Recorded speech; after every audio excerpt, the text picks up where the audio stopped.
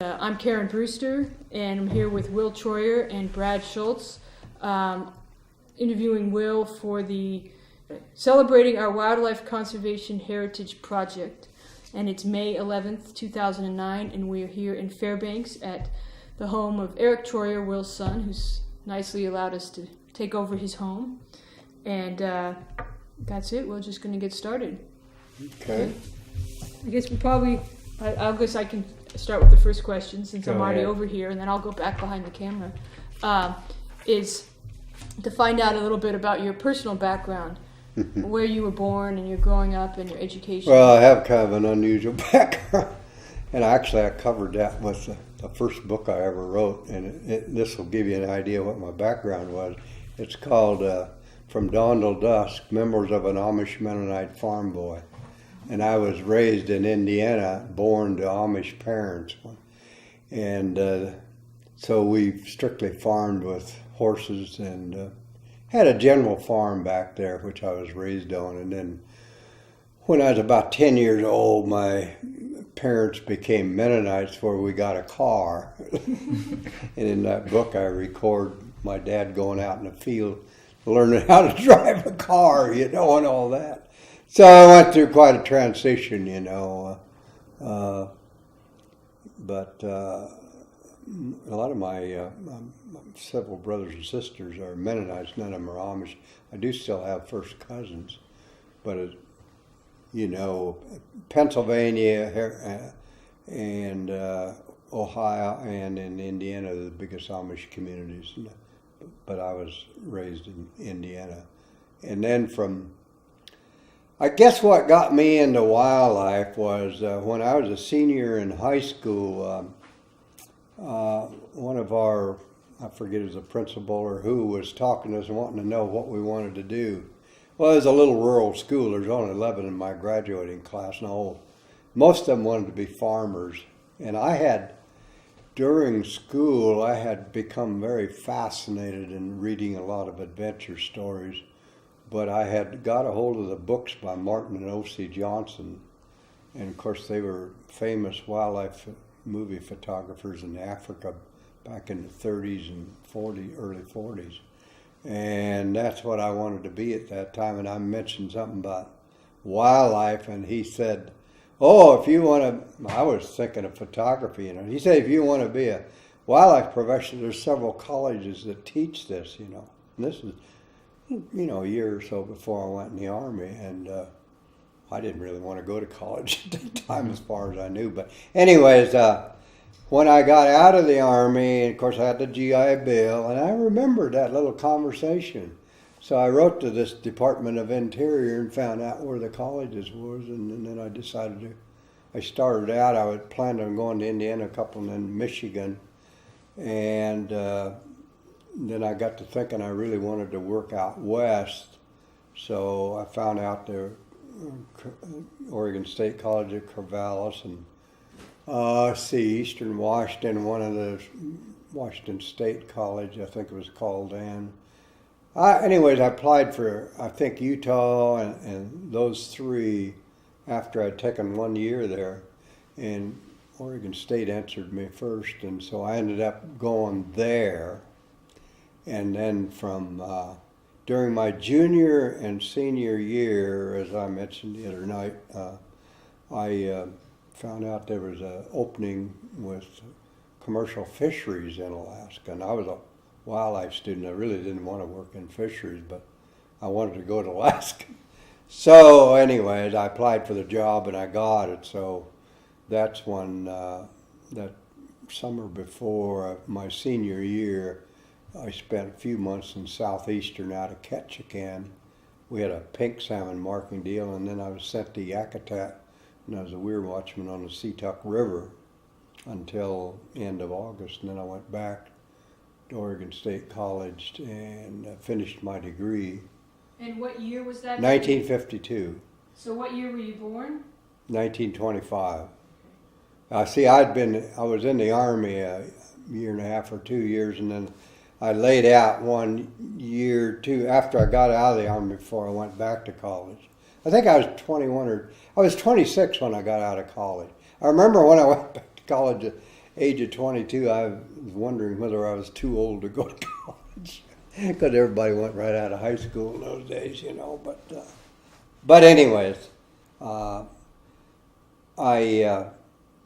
during my time there at Yakutat, there was an enforcement agent by the name of Bob Bain that he flew some patrols. I went out with him once or twice, and I found out through him and other people. And then when I got back to Oregon State, I researched it and found out there was hardly any wildlife biologists at that time. You know, we had our whole field crew positions was maybe, I don't even think it was 50 people at that time, and at least half of those were enforcement. There was about 7 or 8 predator control men, and then Dave Spencer in Refuges had 2 or 3 at Kenai. Bob Jones was at Cold Bay, and we had 2 at Kodiak.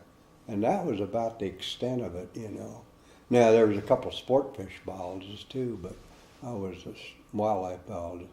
So that winter, Bob Bain started writing me, and he said, well, your chances of getting a wildlife biologist position aren't too good, but if you want to come to Alaska, apply for my assistant, and I think I can get you on permanently.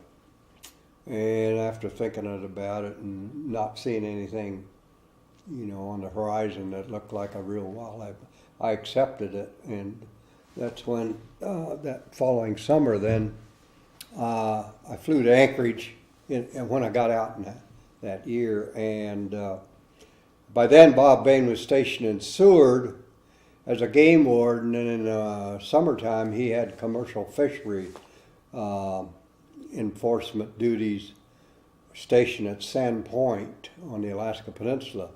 And our district that summer was north of Chignig, actually all the way out the Aleutians, except we hardly ever bothered to do anything beyond Unimac Pass. And he was an excellent pilot. He'd actually was a pilot instructor. So he was checked out in twin engines, and for that type of ocean work, they wanted twin engines. So he was assigned a Widgeon, and when I went out there, then we flew out to Kings Hammond and out to Sand Point, and I was stationed there summer. Did you learn how to fly from him? No, I had when I was in Indiana and started my first year in college. I was telling him soon after I got there, somebody came around and said, "Do you want to join our flying club? We're starting one." I'd only been in the air once, and so I said sure. And it was only like I forget, several $100s. As $100, we bought a little Cessna 120, I remember, and I think the instructor charged $3 an hour. It cost me a couple $100 to get my private license. And I got a private license, but see, then I never flew after that. When I was going to Oregon State, I didn't feel I could afford. I think I might have chartered a plane once or twice just to go up for a little bit. But at those days, the Fish and Wildlife then, they had a lot of pilot biologists and patrolmen, mainly enforcement biologists. But it was single engine stuff was all interior, and on the coast they strictly used twin engine, and those were professional pilots that they hired. So once I finished that first trip that summer on the Alaska Peninsula, I flew back to Seward, and sure enough, when I got there, I was offered a permanent position as assistant enforcement agent at Wrangell. So I was stationed in Southeastern for 3 years there. And at the end of 3 years, I evaluated my career again, decided I definitely wasn't enforcement material, and I still wanted to be a wildlife biologist. So I had met Dr. Buckley at the university here. He was one of the first unit leaders, second one. Neil Hosley was the first one, I think. And he offered me what they call a fellowship then. I think it's granted $2,500 a year to do a mink study in southeastern Alaska. So that was a big fur trapping area, mainly fishermen and so forth. And so I resigned from the federal government there and said that I was going to go back for a university. Well, in the meantime, the enforcement agent at Juneau, Sandy Matson, decided to retire in January. And being as I was single and the assistant, they asked me if I would come to Juneau and take over the duties there. I'd had several years' experience then, till they could fill that position. So I agreed to do that. And I went up there expecting to stay a maximum 2 months. And I ended up staying about 5, almost till within a month when I was going to go back to school, 1st of September at the University in Fairbanks then. What year was that? 1955. Yeah, I would have been September of '55, and that's in Juneau is where I met my wife because when I fishery management and enforcement had a building down by the boat harbor there, and they had a joint office, and my wife, who is my wife now, LaRue, was the secretary for the fishery management, and she also did some work for enforcement. And when I walked in the door, I saw this good-looking single gal. Caught my eye because at Wrangell, all the young ladies left right after high school, so there wasn't much dateable material there, But I pretty soon I invited her out for some hikes, and we started going out together. And then I found out. And I knew the guy, but I didn't know they were still going steady. And so she let me know that she had a steady boyfriend, but she would continue to go hiking for me. And as I mentioned the other night, well, it took me about a month and a half to reverse that role where I was a steady boyfriend. And anyways, about the 1st of August, Fred Robards became the head enforcement agent. They transferred him from Cordova to Juneau, and then so I went back to Petersburg in my original district, Petersburg, Wrangell, and I had only been there about 2 weeks when I got a call from Clarence Road, who was the regional director of that. He was the one who was lost in the Arctic.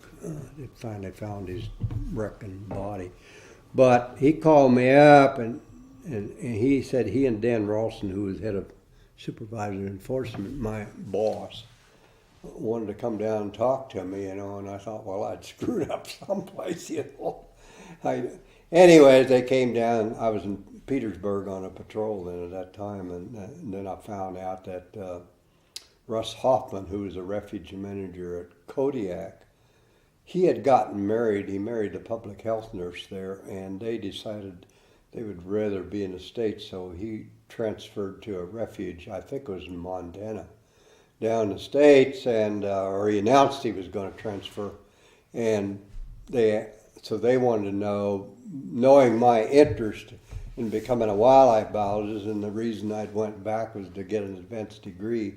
They wanted to know if I'd consider taking the Kodiak refuge job, which was a real fortunate deal. I'd only ever been on a refuge once in my life, and that was down in Oregon. Had no experience at all. And I told him, I said, boy, I'd really like that, but I said, I'm committed to Dr. Buckley. And he said, I found out later he'd already called Dr. Buckley. He said, I think he'll understand. Well, when I talked to Buckley, he said, yeah, take it. He said, that's a chance of a lifetime. He said, when you get out with a wildlife degree in 2 years, your chances would be pretty slim actually landing a job, because there aren't that many positions, and you probably have to go back to States if you want one. So anyways, that's how I ended up going to Kodiak. So did you ever finish that degree? Did you ever go back to school? Yeah, well, that's what Dr. Buckley said. You can always go back. And I went to Kodiak, and that's where I started my brown bear work. And I'd been there about 5 years, and then I did decide to go back for a degree. And I went to Montana State College because the reason I went there is Dr. Craighead was starting his grizzly bear studies then. About the same time I started my brown bear. Actually, I was a year or so ahead of him. And he had heard of my work in that, so he was interested in getting me there too. So in 1960, after I'd been there 5 years, I went down there and I took 2 semesters or we were on a term basis. And then I came back to Kodiak and worked a full year, and then I went back a year later, and I took 2 more and finished my master's there. And I used my thesis as the brown bear work I was doing. That's what I wrote my thesis on. And Morris Hornacher, who became the unit leader at Idaho, was doing mountain lion, or he did it on mountain lion, but he was doing grizzly bears. He was a student on the grizzly bear studies in Yellowstone Park, and we got adjoining offices. We became good friends, and he and I still keep in contact with each other. And there, if you notice that last book I wrote, well, he wrote a forward or something to it, anyways. But yeah, we still, he got into Siberian tiger work. He became a predator specialist, and did a real good job. But I still keep up with him. Yeah, when I went to Kodiak. You want me to go through all the controversies and everything? Sure. Well, I went there. Actually, we're gonna ask about the research and the Okay. studying, but go ahead. Okay, well, that's basically what it amounted to. When I got to Kodiak, Spencer took me over there. He was wildlife supervisor of all the refuges in Alaska, but we only had Coal Bay, Kodiak, and Kenai was the only manned refuges that we had. Arctic hadn't been created yet. And they really hadn't, the Clarence Road, which the Yukon-Kuskokwim Delta hadn't been, but they expected to, and they stationed a man there part-time.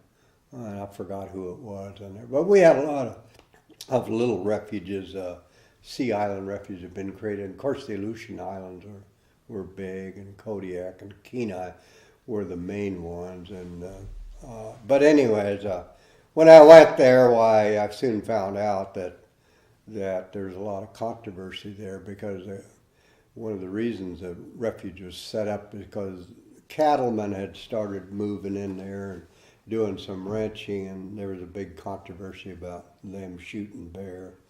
And in 1940, I think Audubon had a lot to do with it. Gabrielson was then active in Audubon, who had been head of the Fish and Wildlife Service at one time. And he pushed for a refuge. Anyways, in 1940, about 2/3 of the island was set up as a Kodiak brown bear refuge.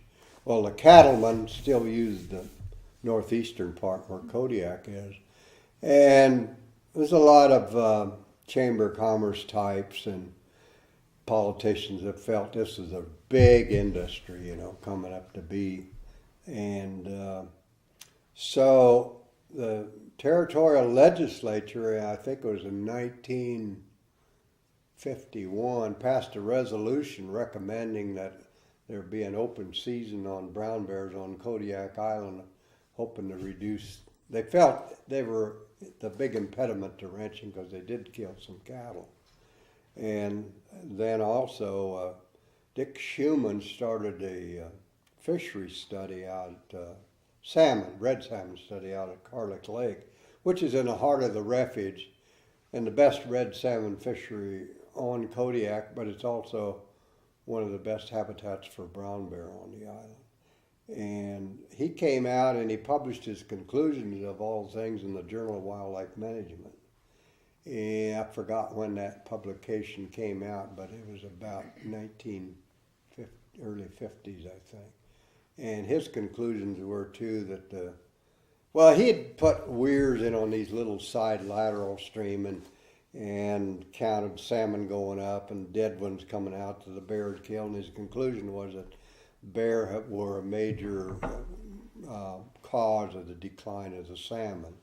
Well, they started fishing the Carlick River salmon back in the 1880s, one of the first commercial fisheries. One time they even blocked the river, but it had been reduced quite a bit. So those two controversies, the commercial fisheries, bears feeding on there, and the bear cattle, was what I walked into when I became refuge manager in the fall of 1955. Well, at the same time, some of the guides, people had started guiding bear hunters. Alf Madsen, or not Alf, Alf's dad, Charlie, is one of the first ones. And when I came there were 7 or 8 people that had a business guiding bears. And so that helped a little bit, but still the business people thought that the grazing was the best deal in commercial fisheries. So, but I remember when we had controversies like that, I would pick up a couple guides and go to a meeting, try to counteract the commercial fisheries and the bear cattle stuff, because those were my supporters at the time. They did have National Conservation Society, but as I recall, the Alaska Conservation Society was started to try to set up the Arctic Wildlife Range, and Bob Whedon and Celia Hunter, those were real active in getting that going, but it hadn't got going at that time yet. So anyways, I had only been there a short time, and Fish and Wildlife Service refuges there at Kodiak, because of these controversies, they were kind of in a defending their territory a little bit. So they doubted Schumann's studies. They didn't like the way he conducted them, for one thing. When they put these weirs across these small little lateral streams in Carlick Lake, the salmon couldn't get back out. Well, they found out these short little streams where he did his studies, a bear would get up there and start running up and down the river to try to catch these salmon. They would escape back out into the deep water. Well, once they put that weir across there, they couldn't escape. So a lot of the kills were right in front of the weir, And so this was a controversy. Anyways, they were doing defensive studies, what I considered. And when I got there, I evaluated all this stuff, and I decided that what we needed to do was do a comprehensive life history type study, because nobody had done it on the brown bear. And so that's what I proposed to do. Well, I talked to Spencer a little bit about it, and of course, he said that's a good idea, but how you going to do it, And I said, all the things I knew at the time was that, down in Yellowstone Park, the rangers captured a few grizzlies, nuisance grizzlies, and moved them, and they used culvert traps. So I got some information on what kind of culvert traps they did, and that first winter I had 2 built, and they were just big culverts, steel gate on one end and a trigger mechanism, and I had them flowing out to Carlick Lake. The Navy flew them out there for me. We had them in pieces, and I started trying to bait them, get bears into these traps. Well, it wasn't very successful.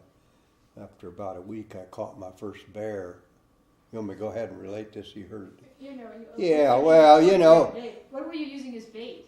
We used bacon, and we did some experiment. I had another guy working for me. Earl Fleming was an old-time trapper, and he did a bunch of experiments to see what bears were attracted to, and he got the most response from bacon. So we started actually cooking the bacon in there and then smearing some bacon grease on it.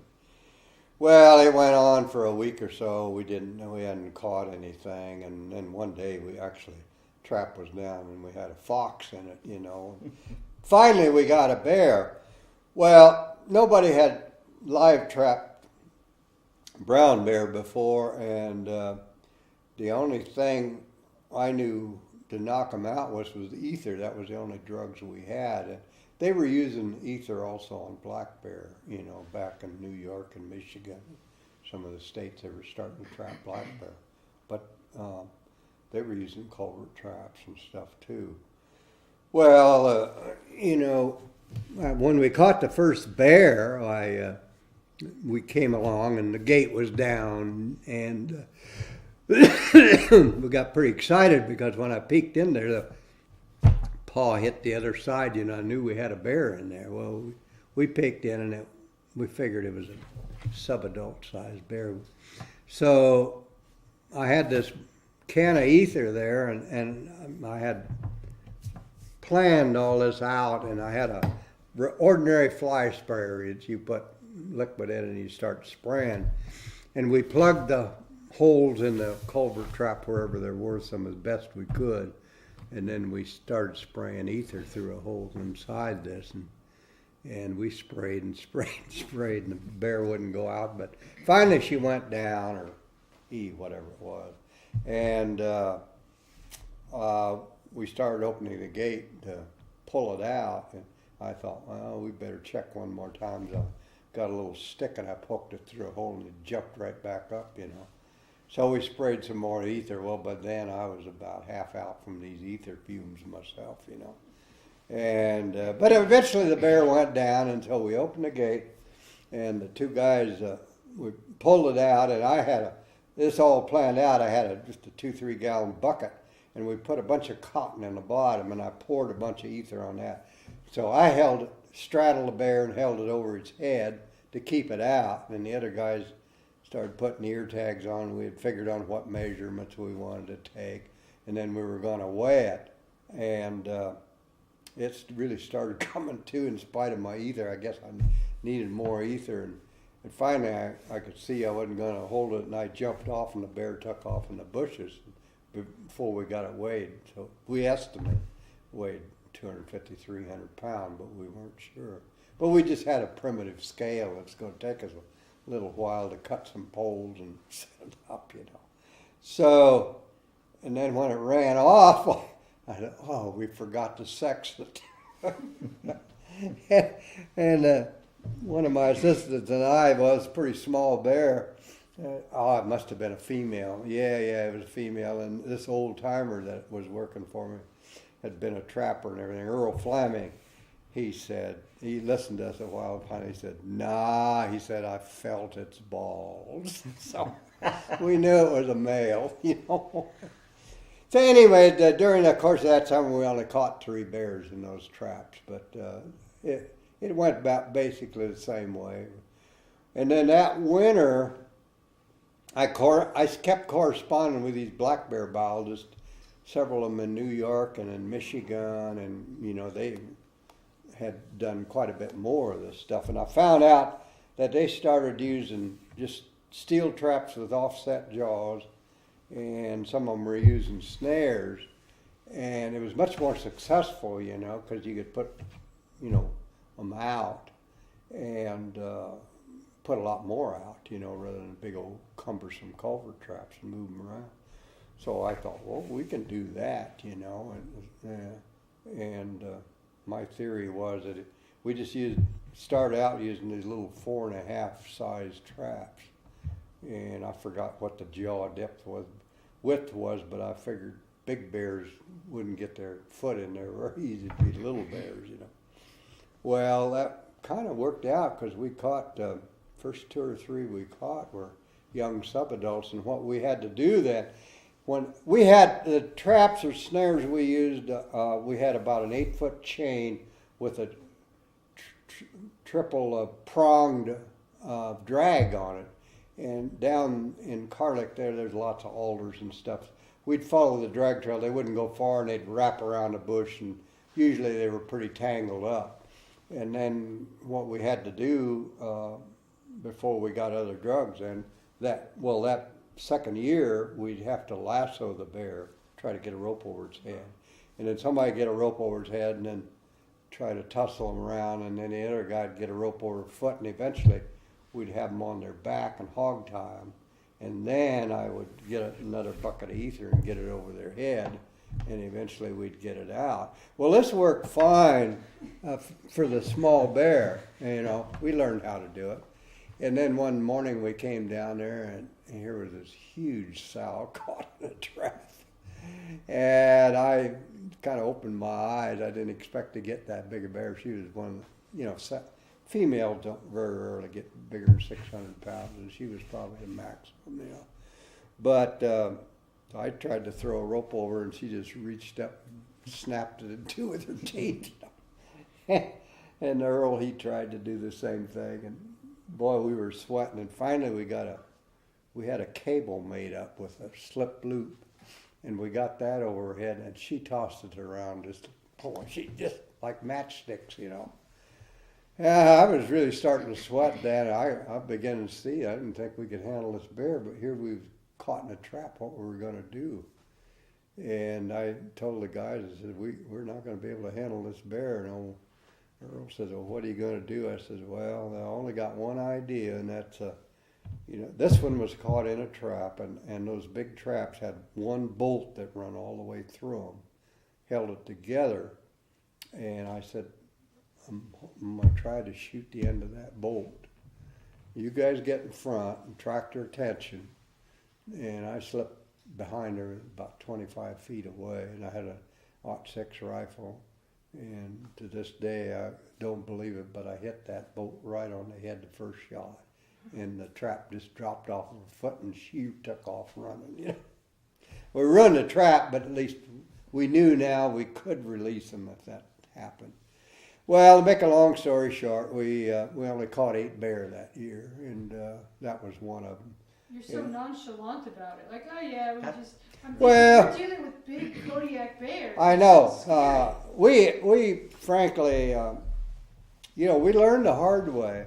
And I got a lot of funny stories to tell, and we were lucky. Nobody got hurt. If we would have, it wouldn't be as funny, I'll have to admit. Well, anyways, that winter I corresponded with again, and I found out that they had discovered I don't know who discovered, a new drug they were using on black bear then. It's called sequestrin, and it was a muscular reactant. And they would catch them in a trap, and then they had aluminum pole with a syringe on the end, and they jab it in their rear leg muscle or their shoulder muscle, and the bear would lose control of its muscles. And it worked in about 2 minutes. The bear went down, but it only lasted 10 minutes, so it wouldn't hold them out long enough to do any work on it. But then they found out they could use pentobarbital sodium and put it in the interperitoneal cavity. And that pentobarbital sodium was what I think doctors used to knock out humans in the old days, And that would put them to sleep, but it took a while to take effect. But once it took effect, it would put them asleep for about hour and a half at least, and they'd go sound asleep. And this worked pretty good. And actually using that method, trapping them either with snares, we used snares later, or these offset jaws, what we got was these. We later used bigger traps. We got 150s. But a lot of them, when we bought them, they come with teeth, and we filed off the teeth, and they had a space about that big. And then we would wrap that with just ordinary electric tape, and so they wouldn't ruin their. Once in a while we got an injury, but not too bad. And they'd get caught in that, and that's how we held them. And we set these traps and snares in just ordinary bear trails going to the river, and we'd put a series of stepping sticks and get them to step a certain way. Then we said, it was very effective. We could catch them.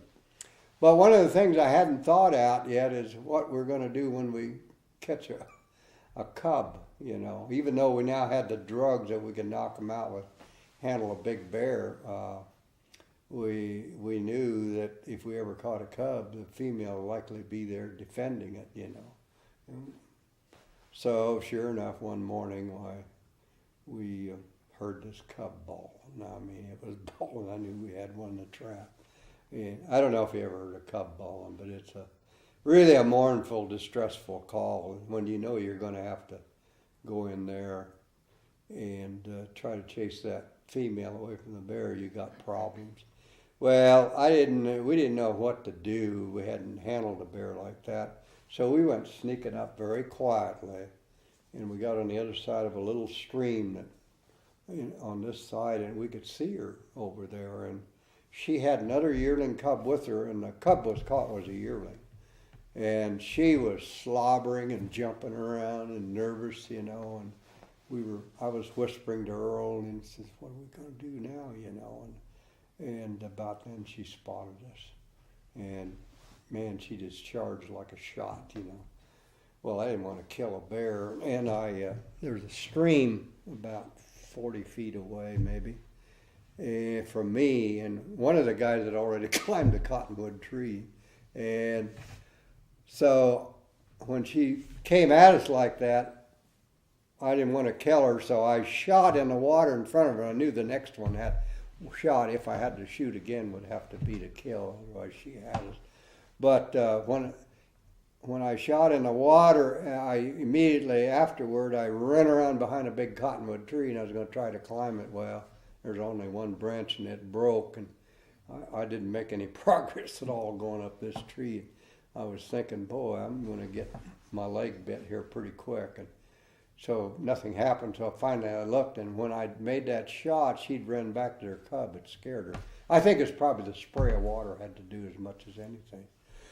Well, to make a long story short, we had carried some firecrackers with us, and we all got up in a tree and we started setting off firecrackers. And after harassing her for quite a while, eventually she left, at least far enough when we went in and we worked on the cub and released it. And we still didn't know if she'd come back and pick it up. Well, we found out later they will. And what we found out, well, we ended up doing about, the next 5 years, about 200 bears. And I remember I wrote a paper, I forget if it was Journal of Mammalogy or Journal of Wildlife Management. It was about the reaction that female bears had when we caught 88 cubs and yearlings we captured during that 5-year period. And out of that 88, about 12 of them gave us what I said was a bad time. We had a few that would not leave. I found out very soon that there's a lot of difference between female bears on their aggressiveness and so forth. And some of them they'd see us coming once they took a look, and we'd shoot off a gun or something, and they'd just leave. The next ones would stay there and fight,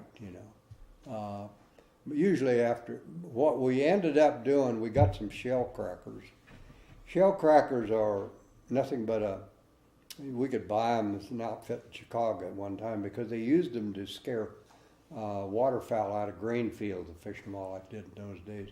And it's a firecracker inside a 12-gauge shell.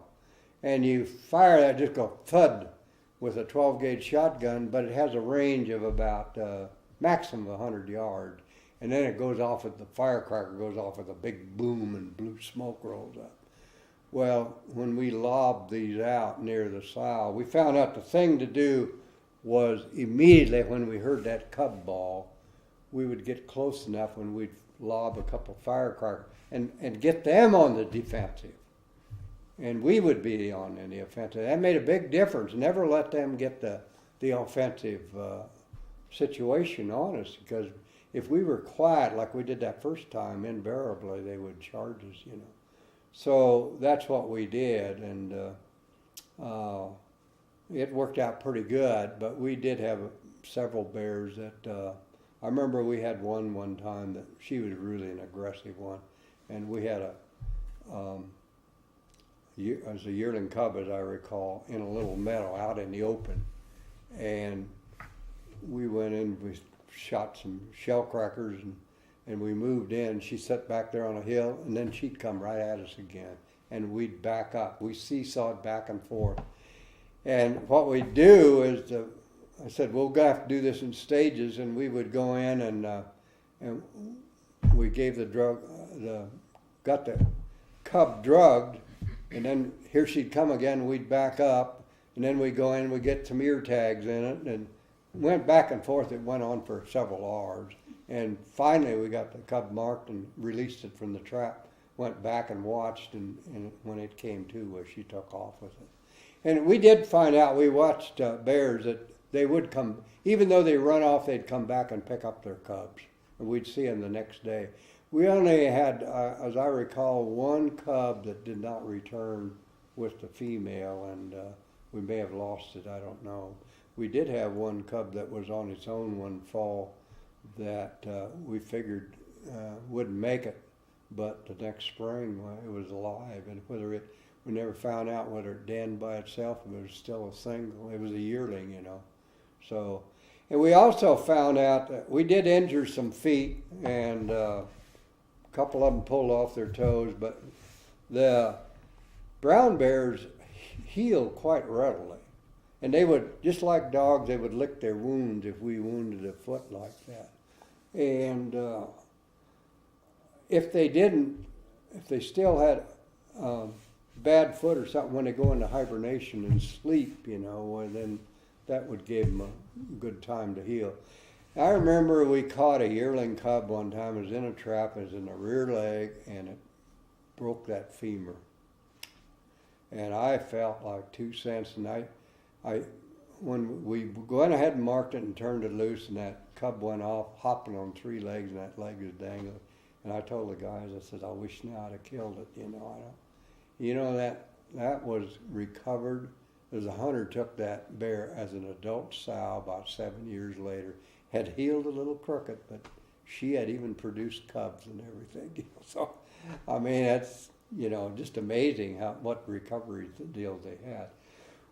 I decided after, I'd done it for a long time. There's no doubt about it. It was a lot of harassment to the bears when we captured them, but we didn't figure we had a better method, and we thought the research that we were doing was getting valuable information. And when we started, we didn't have any idea how many bears we had on the island. We didn't have any idea of these hunters were taking about 100 or so bear every year, a trophy bear. And, what was considered a trophy bear was a 10-foot bear, which is a hide stretched out. You measure across the feet once it's skinned out and from tip to toe, and you add it and divide it by 2. And a 10-foot bear was a top bear. But we had no idea how long it took to produce a 10-foot bear. We didn't have any idea how many cubs a female would produce, We figured every couple years because they kept cubs with them 2 years. But we found out later it varied some. But after, and we didn't have radio collars in those days, but we experimented with different kinds of colored markers we put in the ears and tried to put a colored collar on, which they usually didn't hold very long. But we were able to, moving around the lake, we'd find some of our color marked bears and begin to get ideas on how much movement we had. And then we got recoveries from the ear tags from hunters too. So, and I got to recapture a lot of bear, and we found out by the growth rates that when we were trapping mostly in July and early August when the salmon were in there, the cubs of the year would weigh around 45 to 60 pounds. By the following year, the yearlings would weigh, during that period, around 130 pounds, and then they would gain about 100 pounds every year, but the females got their full growth at about 5 years, and the males just kept growing. And we knew it went to at least 10 years, and some of them would reach 1,000 pounds, where a female maximum about 600 and some pounds. It's kind of hard to rate. One thing we did find out when you talk about pound, because they gain so much fat feeding on salmon before they go into hibernation. And this is one thing we did find out, is that some of these we captured several times during the summer. And for instance, we caught, I remember specifically, we caught an adult female that had cubs, and she weighed 350 pounds early in July, and we recaptured her in October, and she weighed 500 pounds. She'd gained that much weight in a couple months. And some of the big bears would actually gain several pounds, 2-3 pounds a day. And they would put on a layer of fat on the rear, 5 or 6 inches deep sometimes. So and this is one of the things you find out, that these late fall salmon runs and berries or whatever they got are very important, because these bears, when they go into hibernation, they need to be in excellent shape or they may not survive the winter. And this is just some of the information that we ended up getting. But anyways, after I'd been there 8 years, and we experimented trapping 7 years, but it's really only the last 5 were real successful. we caught them. But I should tell you, we probably, how long is this going to go on? Do I have time to tell a few stories? Okay. We've got all afternoon. Okay. I didn't know if you're limited. Nope. Well, you can imagine, we had a lot of funny things happen to us. And I could go on telling you stories all day long, some of the things happened. But Dick Hensel became one of my assistants in 1960. He was a University of Alaska graduate out here too. And one of the first things that happened to him when I got there, we had caught a bear, and it was tangled in a bunch of willows, but it had a lot of swinging room, and I couldn't get in behind her to push this dart in the rear end, so because she just come around and come right at us. So there's a tree in the middle of these willows, and I told Dick, I said, now you come in behind and you climb that tree, and it kind of leaned out toward the bear, and I said, you shake like mad and attract its attention, and then I'll slip behind her and give this dart. Well, he got up there, and I mean, he was really giving it all he had, and all of a sudden the tree roots came away, and it started the way it was going right toward the bear, and I saw a catastrophe. Somehow he did a backward flip out of it. And he started running, and he turned around and he said, well, did I shake it enough? But anyways, we had a lot of all kinds of different things. And we had a couple bears that broke out of their trap, and fortunately they kept running, But one time I remember the other two guys were up checking traps on one end. I'd stayed in camp for some reason or other. And they were late getting back. They'd caught a bear or two, so I went across the lake there, and there was a little stream there. We had 2 or 3 traps. And I decided to see if I could tell how big a bear we had, so I knew how much drugs we had to bring to knock her out and all that when the guys got back. And I couldn't really get a look at her. She was in the brush. And there was a tree about 5, maybe 6, 7 inches in diameter. I don't remember now. But it had kind of a notch lean-to in it. And in order to get a better look, I stepped up in this about 4 feet off of the ground. And maybe 5, and I climbed up to maybe 5 or 6 feet. And I could see her laying there. And at that time, I noticed the drag was caught at the root at the base of my tree. And I knew if she wanted to, she could come right back, and that's exactly what she did. So I had no choice but to go up. So I'm up in this tree about as high as that fan, about 15 feet high. She started digging under the roots there, but finally she quit and laid down right there under the tree, and here I am, marooned. And I think I might have told my wife I'd moved my family out there to Lake 2 in later years. And I might have told her that I was going over there. But I didn't expect anybody to rescue me, and I didn't want to spend the night in that tree either, And so I hung my rifle in the tree, and there's a huge cottonwood about 5, 6 feet away from my tree. And I figured that I could make a flying leap, catch the branches, let myself down on the opposite side of that cottonwood and get away. Well, so I hung my rifle in the tree, and I made the fly. And I caught the branches all right, but cottonwood trees, of course, are often rotten. And man, the first branch broke, the second branch broke, and all I could think is I'm going to land running. I landed on all 4s, and I got out of there before she knew what was going on. But I went back to camp, and when the guys came in, we went over there to mark this bear, and it was a young subadult, wasn't a real big bear. And I had just put the drugs in the dart, and I was just getting ready to jab it, and Hensel looked up there and said, what's that rifle doing there?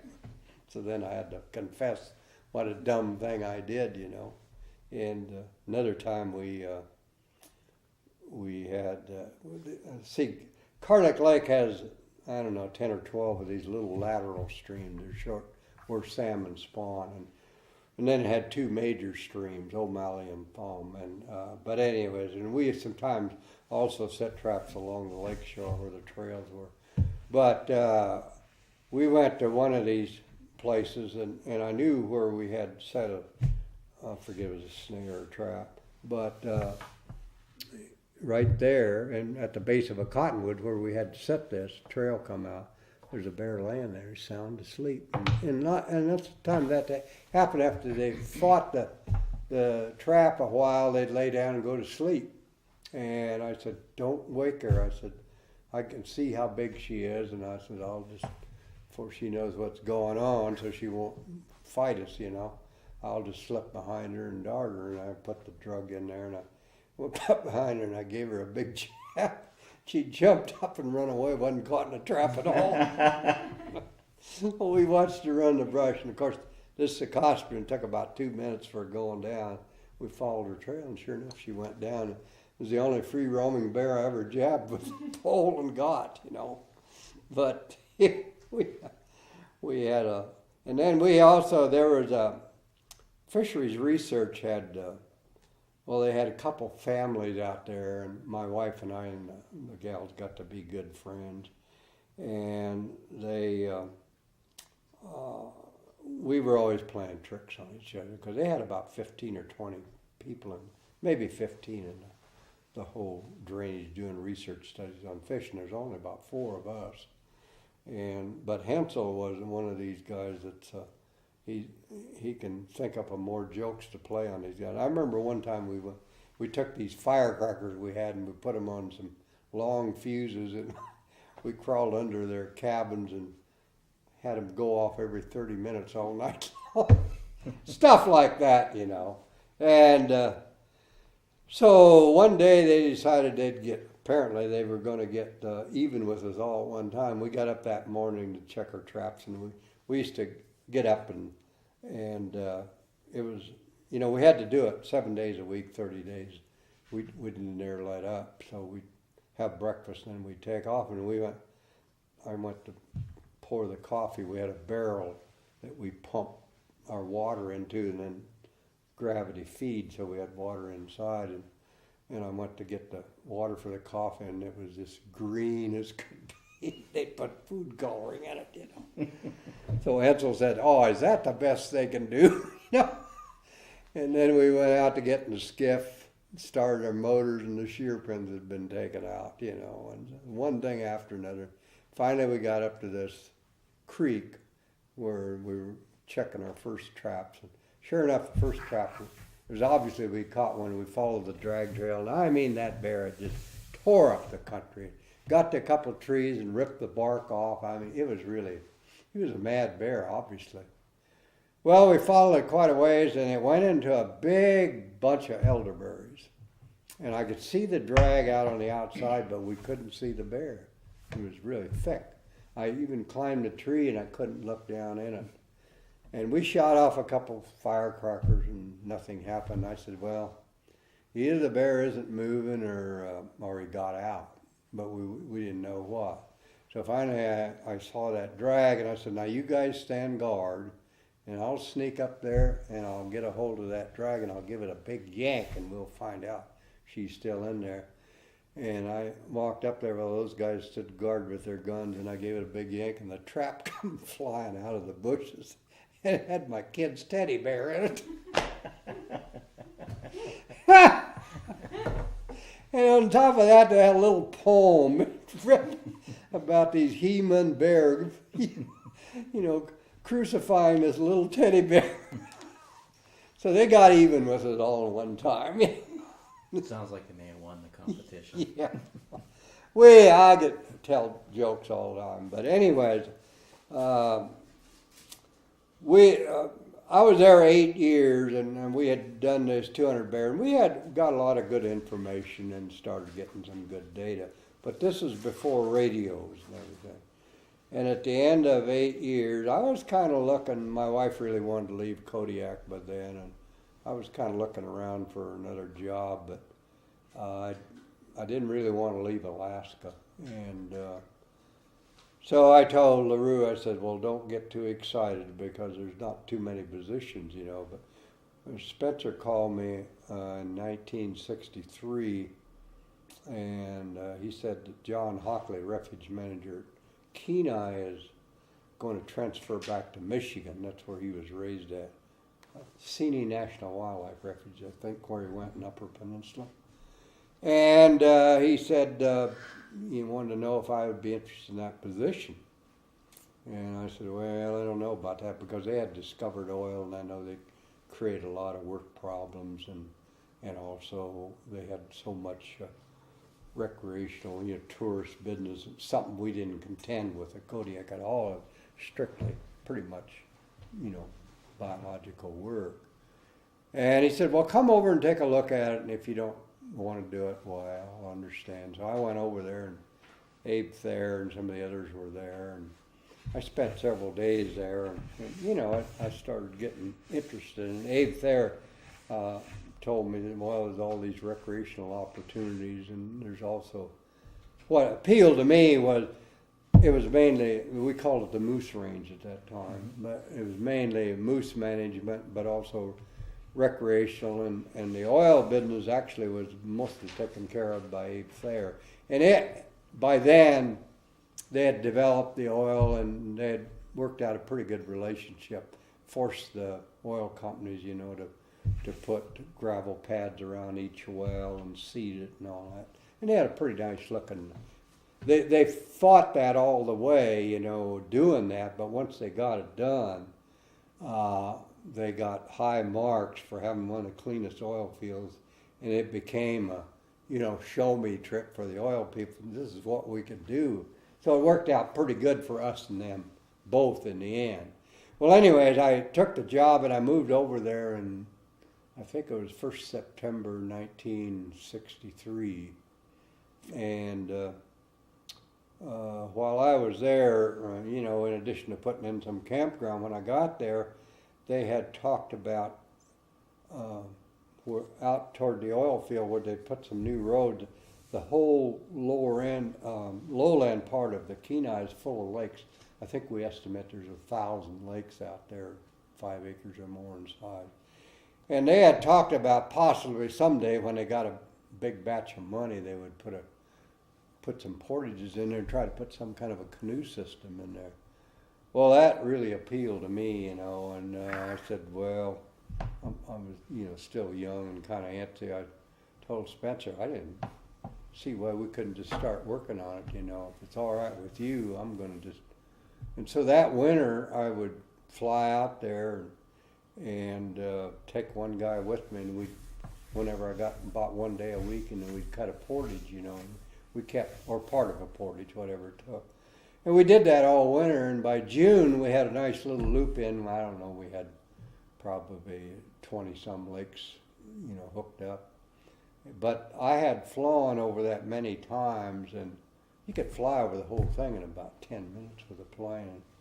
I knew about the canoe systems they had up in northern Minnesota and all that, and I wasn't so sure this was going to go because, after all, you can see the whole thing in about 10, 15 minutes. But in June, the Spencers and I and Abe Thayer made our first trip over there and took this loop, and what we could do in 10, 15 minutes, it took us several days, to canoe through and over all these portages, and you got a whole different attitude to it, and it was pretty terrific, and lots of good fishing, and we really had a good time. And then a few weeks later, I got a hold of the local editor of the Chalco News, and I found out he was an avid fisherman, and I invited him on a trip out there, a guided trip, and he and I went out over and spent 3 days in it, and he really had a great time. He wrote a real nice article for the paper there, and that's how the word kind of got out, and it went. But it was kind of my pet project when I was on the Kenai, and we added another loop the next year, and that next year I hired the first recreational man. I had, as I recall, I had about 7 people on the Kenai, including my secretary, and I had a couple maintenance people, Rex Williams, the main one, And then Abe Thayer was the enforcement guy, and I hired Bob Ritchie as my recreational man. He was working for Denali National Park, McKinley Park, so he became my recreational man. And he and I and Abe added another loop that winter, and we had 30-some lakes hooked up. And then a couple of years later, a year or so later, when we got that done, we went and I put another system into what we call the Swanson River system. It's just up the road from this one, and it hooked. Anyways, during the 5 years I was there, we put in 2 systems and had portages to around 70 lakes, some of them real small. Okay, Brad. See, I was at Kodiak 8 years. Mm-hmm. And then Hensel, when I left in 1963, he came there in 1960 as my assistant. And then he became refuge manager, and I think he stayed 10 years before he transferred back over there. So we had quite a bit of continuity there. So, Brad, you had a question? I was going to ask you about how the idea of lassos came up and then where the dart gun kind of evolved into the process. Well, I remember we got a dart gun while I was at Kodiak, but by then we were using this method of trapping, and it was once we got it down, it was pretty easy just to have this 10 or 12 foot aluminum pole with a syringe on it rather than using it. We did, as I recall, we did use a dart gun and darted a couple bears, but we didn't use it much. You know, we had this technique worked out.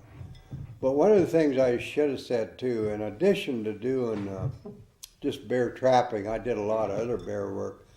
And while I was at Kodiak, when I first went to college, I'd flew enough to get a private airplane license. And when I moved to Kodiak, and I tried to get a plane over there, and they weren't too cooperative. But when Dick Hensel came, we got to talking about this, and I said, the only way we were going to ever get a plane stationed at Kodiak is if we go out and get our license enough. At that time, you had to have $100 of solo time in order to qualify to fly a fish and wildlife plane. That's all you had to have.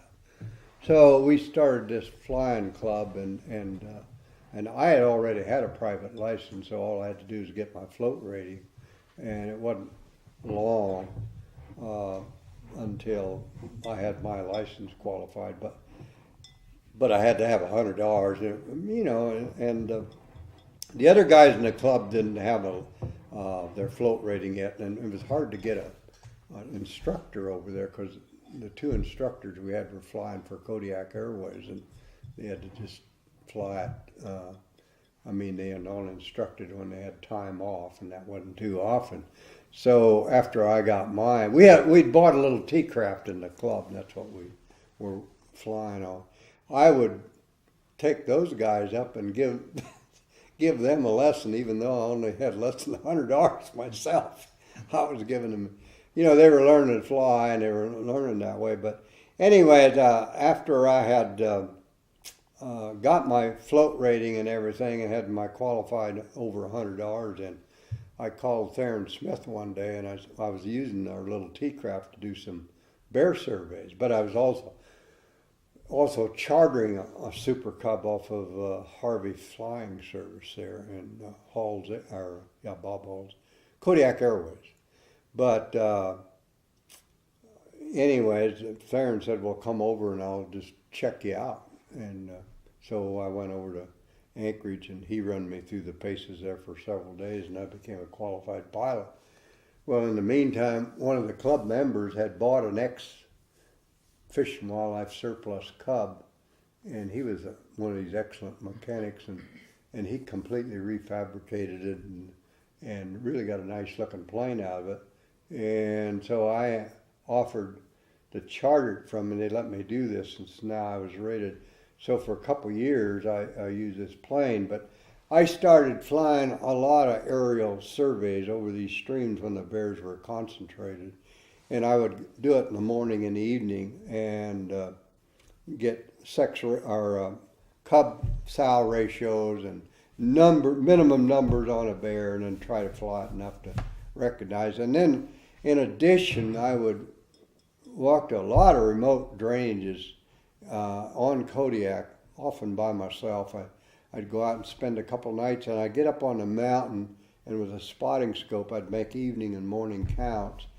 And of course, we saw a higher percentage of the bears then than we did by aerial survey. But by doing this enough, we started getting pretty good ideas of how many bears use the drainage, Like, for instance, in Carlick Lake, we estimated. And we even did some color ratio counts of the ear tag ones we had. And we came up with, we figured we had about 140 bears using the Carlick drainage and some of the others. I remember Dick Hensel and I, based on habitat types, by the end time I left, we estimated the bear population on Kodiak Island. We came out right around 2,500. And years later, when they got more sophisticated research and had a lot of them radioed, they came within about 50 bears. I always thought that was kind of interesting because we used kind of fly by the seat deal, but it worked. But so I had to, in addition to getting some of the research we learned from tagging bears, we also had a lot of information by the time I left on the numbers of bears, and in addition to learning, something on their reproductive rates and their growth rates and movements. We got a lot of information on that. So, Did you feel when you started flying that was going to supplant good old field biology, walking around, or did you? Well, yeah, you could cover so much more ground, and we knew it would help us a lot. Yeah, well, they were using the planes quite a bit for different, moose surveys. I used to, when I was at Kodiak, Spencer had me come over to Kenai, and I helped do the moose surveys. So when I did go to Kenai, I knew something about the Kenai besides just going over there in the blind. And that helped me decide to take the Kenai too, But anyways, to get back to the Kenai then, I had, I did put in a number of campgrounds and a number of trails while I was there too, besides the canoe system. And it turned out to be a good family town and everything. But I'd been there 5 years when, in 1964, I think the Congress passed the National Wilderness Preservation System Act, setting aside a lot of wilderness areas and forests, but it also designated or requested the Secretary of the Interior evaluate all the wildlands within the refuges and parks. And we just never had hired a guy to do this. And in 1968, they decided they would hire a guy for Alaska with refuges, just refuges. And Spencer asked me if I'd be interested in it because he and I had talked, and he knew I was a strong believer in the wilderness preservation system. And I didn't really want to leave the Kenai because I learned to love it then. I'd only been there 5 years, and I'd wanted to stay a couple more, but I was afraid somebody would take this wilderness job, didn't really care about wilderness, wouldn't do a good job. And the position was in Anchorage. So anyways, I accepted it. And so I left the refuge in 1968 and moved to Anchorage and took over the wilderness job. And not only did I believe in the wilderness system, but one of the reasons I took it was because by then we had added the Arctic National Wildlife Refuge and the Clarence Road Refuge, which is one of the mouth of the Yukon, Kuskokwim. Maybe another one or two. Oh yeah, I forgot. But anyways, it was going to be the job, the position, the wilderness position was going to require that man to get familiar with each one of the refuges and study them and then make recommendations as what areas should be included. And my job also became to hold hearings on these, put out brochures and eventually hold hearings and eventually submit our recommendations to Congress and so forth. And the first few years I was by myself, and then I hired Palmer Sikora because I could see I wasn't going to get it all done by myself. Such a vast area. And Palmer Sikora had worked for Bob Jones in Coal Bay, and I hired him as my assistant strictly to do the elutions. A few years after he'd worked out on that too, and a few of them with an assistant, we managed to get a surplus boat, which became the elution turn. And he used that to do, because a lot of the elutions we still didn't know each individual island. There's so many of them, what seabirds they had on them and stuff like that. So Palmer spent his whole career doing that. Well, I got into the Arctic. I got out on the Samidi Islands, and there's a lot of different islands. And that was one of the reasons I took it, because I knew I'd never get to visit all these islands, but as a refuge, or as a wilderness biologist, a refuge system, I would. And so I spent an awful lot of time in the field doing this. I made quite a number of trips up in the Arctic Wildlife Refuge, and also went back to Kenai and Kodiak and to do some of these things. But this went along real well, and I really liked the job. But toward the end, they decided they wanted to get it done in a hurry, so we really staffed up, and I had about 3 assistants, plus I had about 5 gals working in the office, and we would do brochures and all that kind of stuff, And a few of the areas, like Samidi Islands, had made it through Congress while I was there. But all of a sudden, the Native Land Claim Act got passed in 1971, I think it was. And they discovered oil in the North Slope. And the oil people, of course, wanted to build a pipeline down through there. And the natives were allowed, under their act, they were allowed to select some acreages as within the wildlife refuges. Well, we decided a lot of these areas, Congress was not going to act on the wilderness until all this had been resolved, because the big conservation groups also, including the Alaska Conservation, which I was pretty active in too, they wanted to set aside additional lands, and under the Native Lands Act that passed in 1971, it designated the Secretary of the Interior to select up to 80 million acres of land in the parks and refuges and so forth, possible inclusion of the system. So all this was working together, and it had to kind of come together. I was pretty disappointed, because I really felt strongly about some of these refuges, and I left Kenai and the Arctic. I really felt strong in it. We kind of left that to last because we knew the controversies. And so I had actually worked up a brochure on the Arctic and was ready to hold a hearing when we were told to halt all our wilderness studies. And so it came to an end. But actually, a lot of the areas that I proposed made it pretty much the way I proposed in the end, so I didn't feel too bad about it. But so the wilderness program came to an end, and Spencer had decided he wanted an assistant, and he got me on as his assistant. But I'd only been there a few months, and I realized it was an office job. And frankly, I wasn't getting along with our regional director very well, Gordy Watson. I won't go into that, but I'm into it in the book.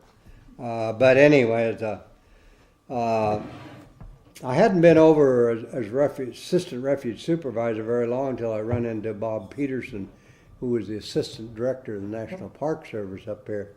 And we were, I don't know, Gordy Watson, I think, made me a safety officer or something, give me more office work.